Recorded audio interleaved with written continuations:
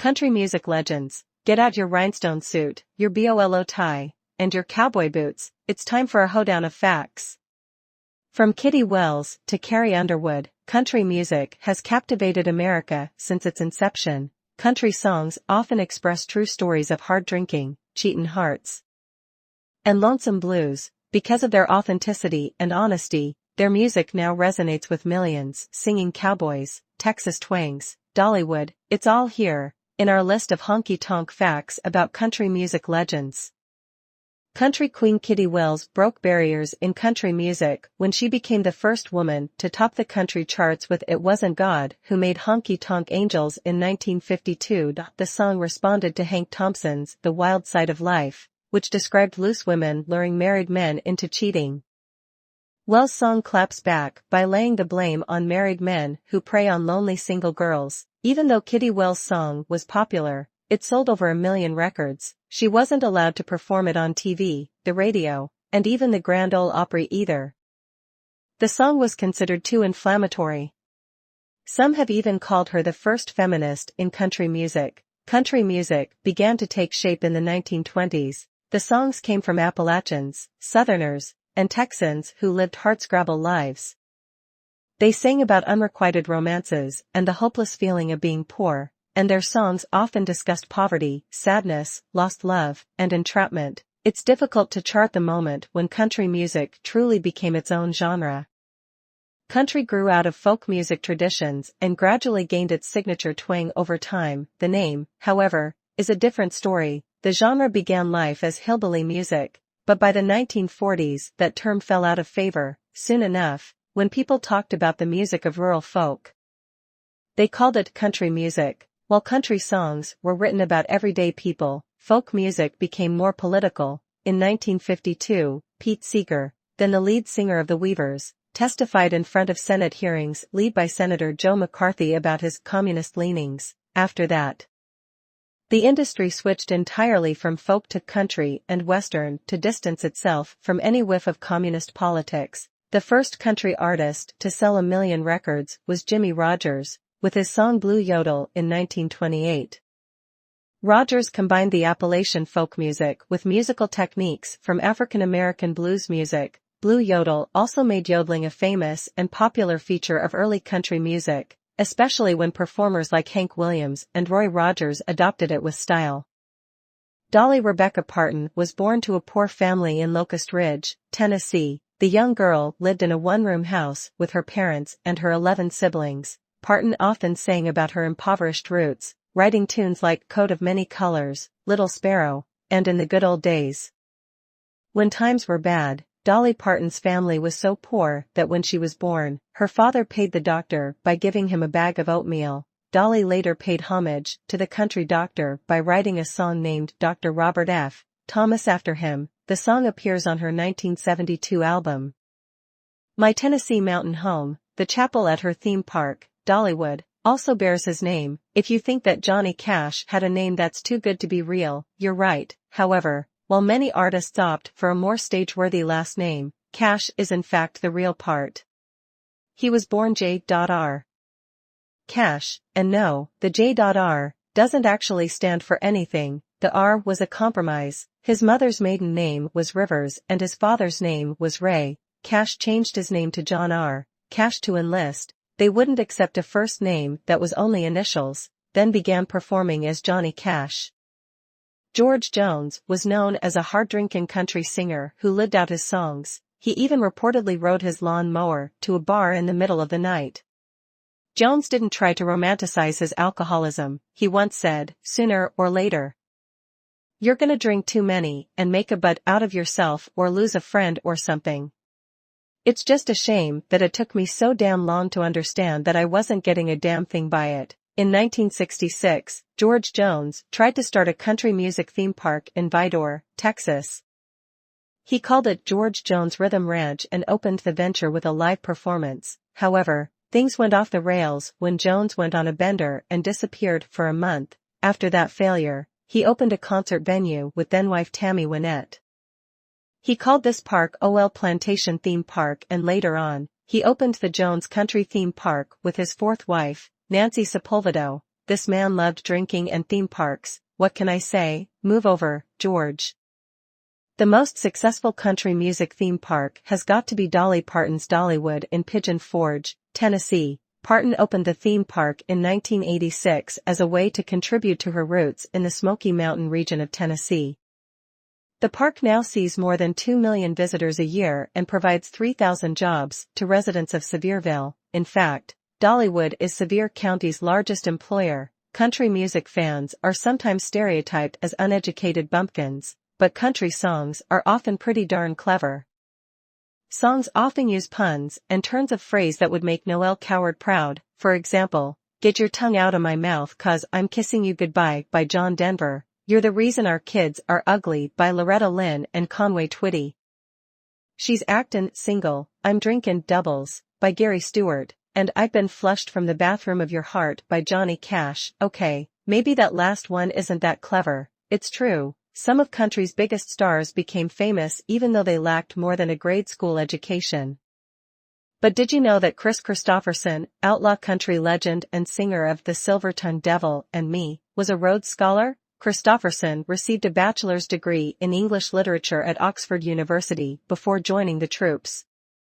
He gave up a teaching position to try his hand at country music stardom. Dolly Parton is famous for her 40DD knockers. Besides her incredible voice, songwriting talent, and winning personality, they're one of her most valuable assets.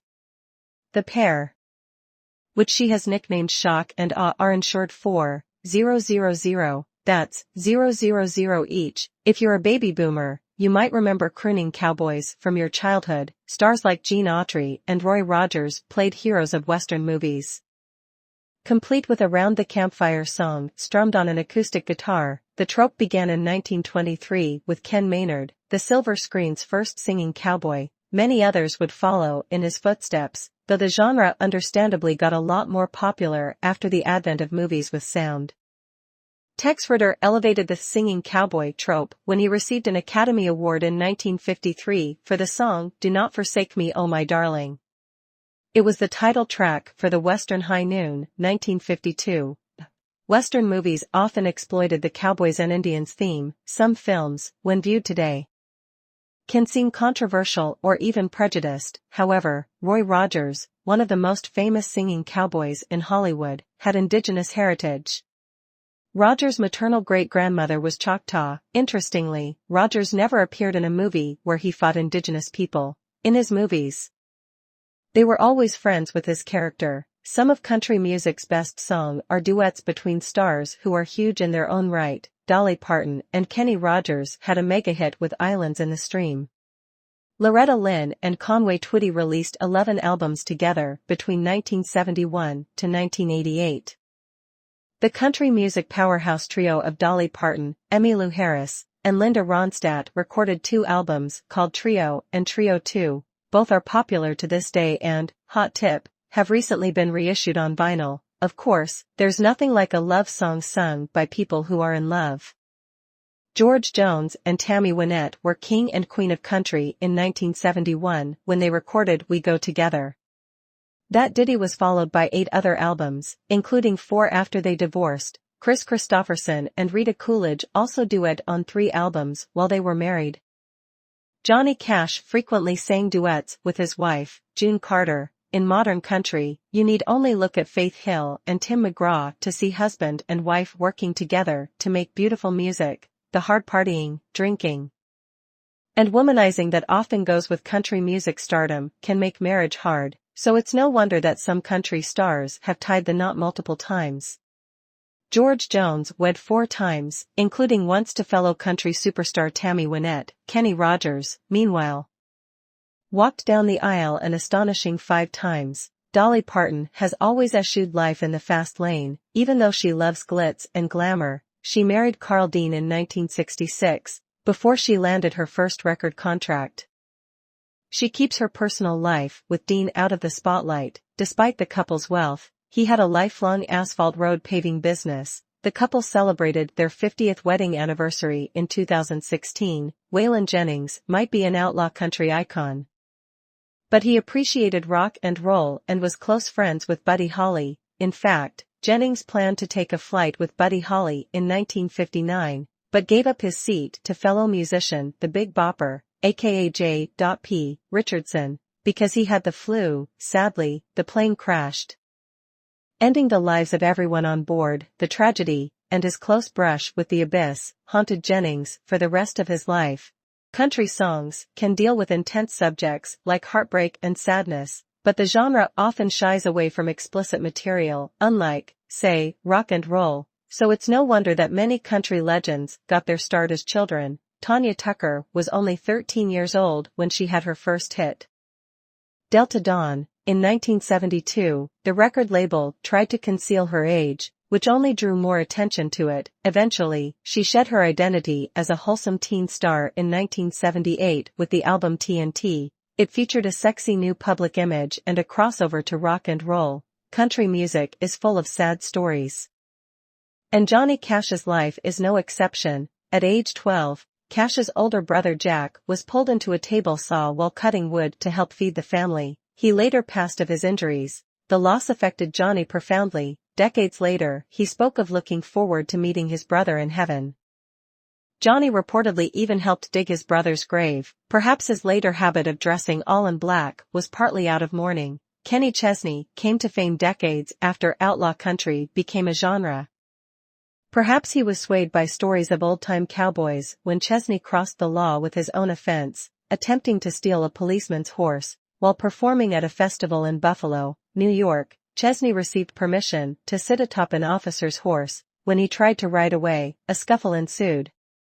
The resulting brawl injured 2 deputies. The whole shebang saw charges laid against Chesney and fellow musician Tim McGraw, who stepped in to intervene. Few country stars will ever reach the fame and influence of Hank Williams, born Hiram Williams in 1923. Williams captivated the nation with hit songs such as Hey Good Lookin', Cold, Cold Heart, and Lovesick Blues. Williams was among the very first inductees into the Country Music Hall of Fame in 1961, with fellow country pioneer Jimmie Rodgers. Hank Williams also spawned one of country music's first dynasties. His son, Randall Hank Williams, known as Hank Williams Jr., became a country star in his own right. His song All My Rowdy Friends Are Coming Over Tonight became the opening song for Monday Night Football. His son, Sheldon Hank Williams, known as Hank Williams III, spent his youth drumming in punk bands before making a name for himself in outlaw country. Nuda Kotlyarenko, better known as Nudie Cone, became famous for clothing some of country's biggest stars. Cone embellished his famous nudie suits with embroidery, beading, sequins, and rhinestones. Some of his creations include the 000 gold lame suit worn on the cover of Elvis Presley's 50,000 Elvis Fans Can't Be Wrong album and Hank Williams' white suit, decorated with musical notation on the arms. Porter Wagoner owned 52 nudie suits, each costing between 000 and 000. A nudie shirt owned by Johnny Cash sold for 000 at auction in 2010. In the 1950s, a subgenre of country music emerged among Nashville producers. It was called Nashville Sound. Distinct from the raucous honky-tonk country songs of the 1940s and 50s, the Nashville Sound style featured smooth strings and choruses, sophisticated background vocals, and smooth tempos. In other words, the music of Patsy Cline, Lynn Anderson, and Brenda Lee. Nudie Cone studded and embroidered Western wear became synonymous with the image of the rhinestone cowboy. This was a new breed of country star that eschewed the plaid shirt and denim look in favor of flashy glamour.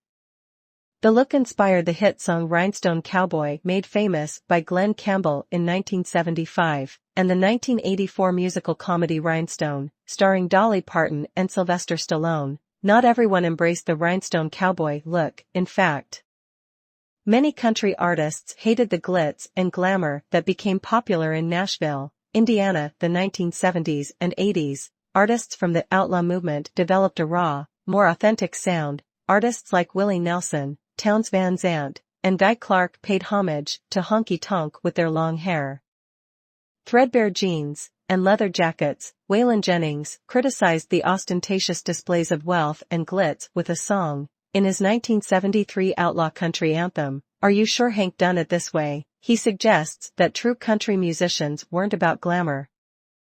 The documentary film Heartworn Highways, which was filmed in 1975, but not released until 1981, features some of the best documentation of the outlaw country movement. The film contains incredible footage of performances by Townes Van Zandt, David Allan Coe, Guy Clark, and Gamble Rogers, as well as rare behind-the-scenes footage, plus a living room sing-along appearance by the outlaw country legend Steve Earle, who had yet to release his first album. The film, which was notoriously hard to find, was re-edited and re-released in 2015.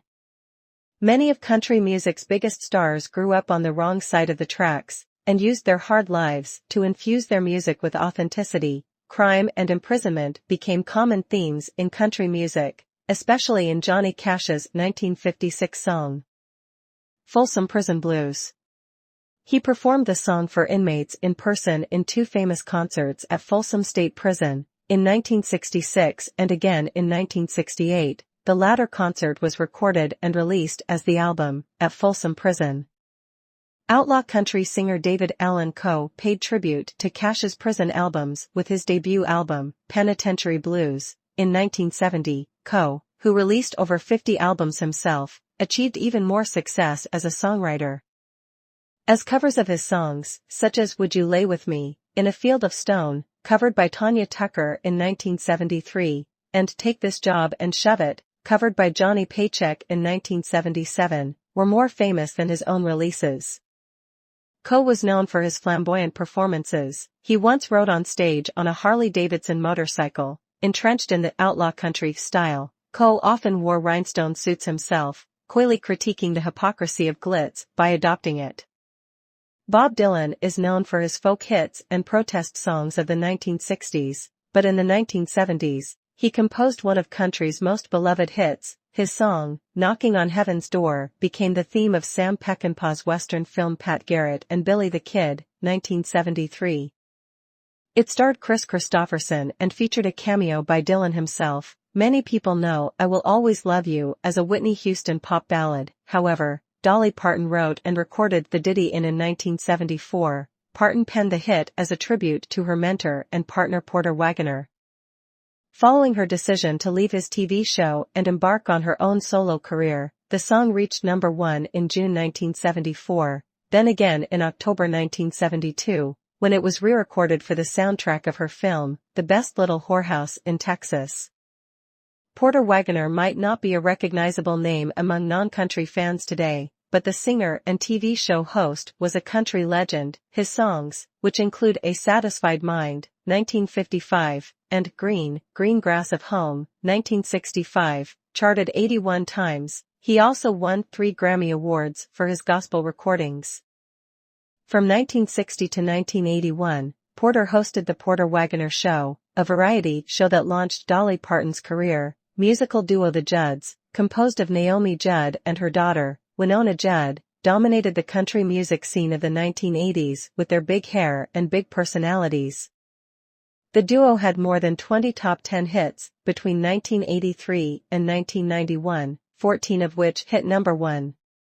The pair remained the biggest-selling female country music duo of all time, after disbanding in 1991, when Naomi had to retire for health reasons. The pair reunited in 2011 for The Judds, a reality show on Oprah Winfrey's own network. The show gave fans a glimpse into their lives as touring musicians and their bond as mother and daughter. Few of us have ever made it through a night at karaoke without hearing someone perform The Gambler, Kenny Rogers' 1978 country hit. The song, written by Don Schlitz, made Rogers a star, and even inspired 3 made-for-TV Western movies. Rogers was voted the favorite singer of all time in a joint poll of readers of USA Today and People in 1986. No country music career is complete without a performance at the Grand Ole Opry.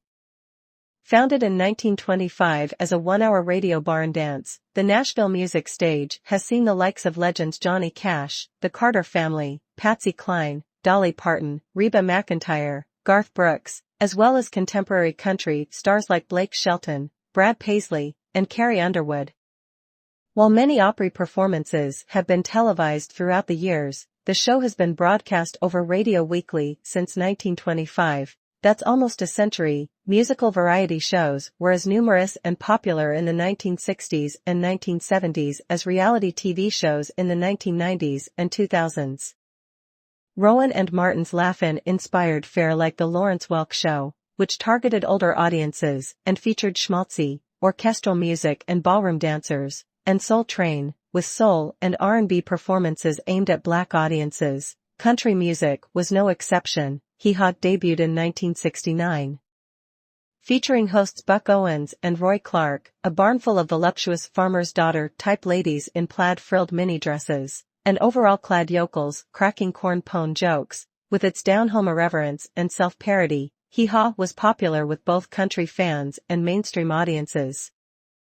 The variety show ran for 25 years. Megastars Loretta Lynn and Tammy Wynette made dozens of guest appearances, and Garth Brooks appeared on the show 4 times. Elvis Presley reportedly was a fan, and would have appeared on its stage, if not for the disapproval of his manager.